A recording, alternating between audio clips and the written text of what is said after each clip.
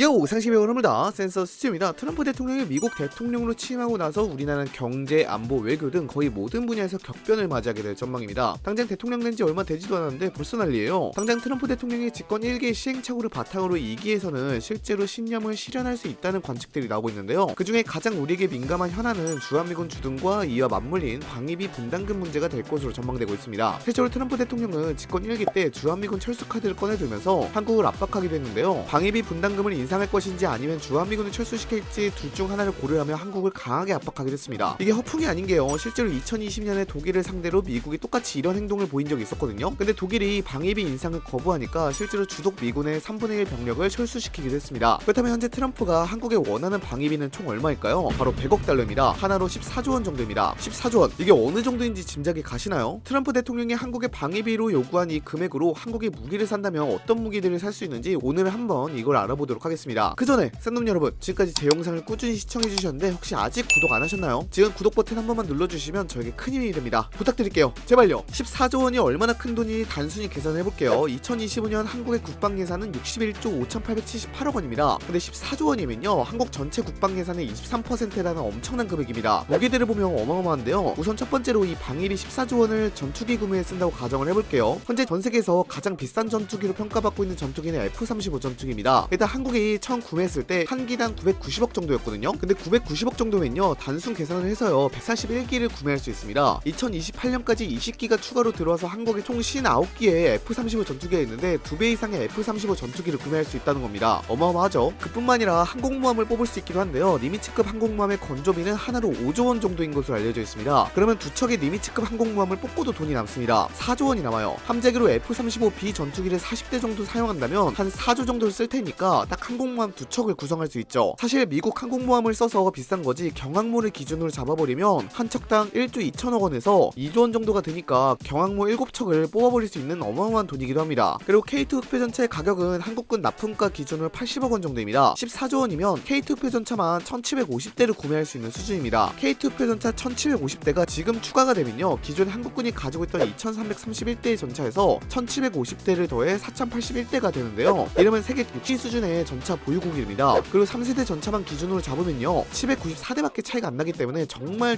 많은 전차를 보유할 수 있게 되는 겁니다. 해군으로 넘어가서 이지스 구축함인 세종대왕함의 가격을 좀 볼까요? 총 건조비가 1조 원입니다. 근데 14조 원이면요 14대를 뽑아낼 수 있습니다. 현재 한국이 4척을 보유하고 있고 2척을 건조 중이니까요, 순식간에 수준급의 해군으로 성장할 수 있기도 합니다. 물론 게임이 아니라서 1초 만에 뽑아낼 수는 없지만 말이죠. 그리고 이게 좀 클 것 같은데요, 2023년 말 기준으로 현재 총 병력은 47만 7,470명입니다. 근데 보너스로 모든 장병에게 2,932만 1,213원을 꽂아 넣어줄 수 있어요. 14조 원이라는 돈이 어느 정도인지 체감이 오시죠? 사실 군사 장비로만 이야기하니까 와닿지 않는 분들도 분명히 계실 것 같습니다. 그래서 현실적인 물건들과 좀 비교를 해보겠습니다. 14조 원이면요 세계적인 명체인 롤스로이스 팬텀이 약 6억 원 정도의 가격이니까 23,333대를 구매할 수 있습니다. 거기다가 신라면 한 봉지의 최저가가 630원인데 이걸 1,000원으로 가져가면요 14조 원으로 140억 봉지를 구매할 수 있어요. 한 사람이 매일 한 봉지씩 먹는다고 가정하면 3,800만 명이 1년 동안 먹을 수 있는 양이에요. 이 정도면 한국은 라면 기네스북에 오를 정도입니다. 그리고 부동산도 어마어마합니다. 서울의 평균 아파트 매매 금액이 12억 원 정도입니다. 단순 계산으로 11,666채의 아파트를 살 수 있죠. 도널드 트럼프 미국 대통령은 유세 중에 한국을 머니머신이라고 말하며 방위비 분담금을 14조 원을 내야 한다고 주장하고 있습니다. 근데 2025년 한국의 국방 예산이 61조 5,878억 원이거든요. 근데 여기서 14조 원이면 23%에 달하는 엄청난 금액입니다. 이미 한국은 국가 GDP 대비 2.8%를 국방비로 사용하고 있고요. 이는 미국 동맹국 중 4위에 해당하는 수준입니다. 대부분의 나토 회원국가 대비해도 높은 수준의 지출이죠. 방위비 분담금도 2026년에 8.3%를 인상하기로 하면서 다른 나라들처럼 빼지도 않고 적극적인 모습을 보이고 있어요. 근데 이런 식으로 트럼프식의 거친 압박으로 한국의 방위비 분담금을 과도하게 요구하면 한국 입장에서는 오히려 반발만 더 커지는 꼴입니다. 물론 주한미군이 주둔하고 있는 것 자체가 한국에는 어마어마한 보험인 것은 사실입니다. 주한미군이 주둔함으로써 생기는 전쟁 억지력은 감히 돈으로 계산이 불가능하죠. 또한 현재 한국군의 능력을 보았을 때 정보, 정찰, 군수 능력은 현저히 떨어지기도 하고요. 한국 해병대는 단독으로 상륙작전을 수행할 수 없기 때문에 전시에 미군의 도움이 필요합니다. 만약 전쟁을 한국군 단독으로만 수행한다면 상당한 출혈을 각오해야 할 겁니다. 거기다가 주한미군 철수로 인해 생기는 한국의 정치, 경제, 외교에 미칠 파급력을 생각한다면 14조 원이 저렴해 보일 수도 있겠다는 생각이 들기도 합니다. 거기다가 주한미군이 철수하게 된다면 가장 큰 이득을 보는 나라는 북한일 거예요. 이때까지 북한은 주한미군 철수를 꾸준히 주장했으나 성과가 없었거든요. 하지만 한국이 미국과의 방위비 갈등으로 주한미군 철수가 이루어진다면 북한은 북한은 정말로 두 손 들며 환영할 겁니다. 주한미군이 한국에 가지고 오는 이득도 큰 부분이기 때문에 굉장히 고심을 많이 해야 하죠. 하지만 14조 원이란 돈은 정말로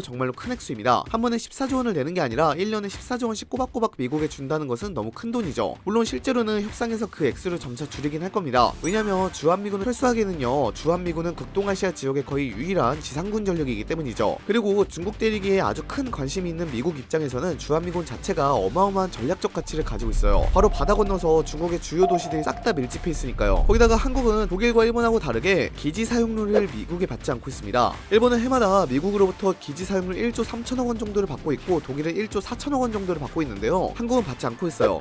그리고 카투사 임금도 방위비 분담금에 포함되지 않았는데 이를 산정하고 비교를 하면 한국은 독일이나 일본보다도 2배 이상의 더 많은 분담금을 지불하고 있습니다. 일본과의 형평성을 따지면 현재 분담금보다도 훨씬 가격을 감액해야 마땅하죠. 거기다가 OECD 국가들의 평균보다도 국방비가 훨씬 높다는 점과 수십 년 이상 미국으로부터 구입하는 방산물자도 상당하다는 점을 협상 카드로 들면 미국도 어느 정도 수긍할 수 있을 것 같습니다. 또 예를 들어서 트럼프 미국 대통령이 한국 조선업에 대한 관심을 자주 보이곤 하는데 이걸 전략적으로 활용해서 방위비 분담금을 좀 줄일 수 있기도 하고요. 지금 전문가들 사이에서 가장 많이 나오는 시나리오가 핵무기 관련이에요. 현재 주한미군이 존재하는 이유는 북한의 재래식 무기 때문에 존재하는 것이 아닙니다. 사실 이미 북한군의 재래식 전력은 진작에 한국의 우위를 점한 지가 오래되었기 때문에 오늘날 주한미군이 이것 때문에 존재하는 것은 아닙니다. 여러 이유가 있겠지만 가장 큰 핵심적인 이유는 바로 북한의 핵무기와 중국 때문이에요. 이 점을 들어서 한국이 미국에 역제한을 걸 수도 있습니다. 14조 원까지는 아니더라도 어느 정도의 인상을 수용하겠으니 원자력의 평화적 이용권 차원에서 일본 수준의 우라늄 농축과 재처리 허용, 원자력 잠수함 개발 허용, 전술핵이나 핵 잠수함의 한시적 조건부 한반도 재배치 등 다양한 조건들을 제한하는 것이죠. 이렇게 되면 미국도 다시 계산기를 두들겨 보아야 할 수도 있습니다. 그리고 트럼프 미국 대통령이 북한처럼 아예 말이 안 통하는 상대가 아니라 외교를 일종의 협상으로 보고 있는 사람이라서요. 한국은 미국의 이득이 되는 점을 지속적으로 설득하고 국가 간 신뢰관계를 형성한다면 14조 원까지는 안 내지 않을까 싶어요. 아산 정책연구원에서는 방위비 분담금 인상에 한국이 만족스럽게 응할 경우 주한미군의 지속적인 주둔을 수용할 가능성이 충분히 있다고 설명하기도 했고요. 미국이 요청에 적정 수준 응하는 대신 주한미군 주둔을 유지하고 핵 연료 재처리와 우라늄 농축 권리 등 다른 외교적 목표를 얻는 전략을 고려할 수 있다고 평가하기도 했습니다. 트럼프의 이러한 요구는 단순한 방위비 분담금 문제가 아닙니다. 이것은 우리의 자주성과 우리의 미래를 시험하는 문제죠. 여러분은 어떤 선택을 하시겠습니까? 트럼프 대통령의 압박 속에서 우리가 지켜야 할 것은 무엇인지, 그리고 미래 세대에게 어떤 결정을 남길 것인지 고민해 볼 필요가 있습니다. 14조 원이라는 거대한 금액은 단순한 경제적 가치 이상의 의미를 지닙니다. 근데 문제는 한미동맹과 주한미군의 가치도 상상 그 이상의 가치를 지니고 있다는 것도 큰 문제죠. 꽤나 어려운 문제가 봉착해 있는 것 같습니다. 여러분이라면 어떤 선택을 하시겠습니까? 댓글로 여러분의 생각을 남겨주세요. 한국이 직면한 이 중요한 순간 우리는 어떤 길로 나아가야 할까요? 저는 우리 샌놈들의 생각도 궁금합니다. 이 14조 원을 정말로 미국에 줘야 할까요? 아니면 우리 자신의 미래를 위해 투자해야 할까요? 댓글로도 여러분의 의견을 적어주시기 바랍니다. 이상 영상 마치도록 하겠습니다. 빠이염!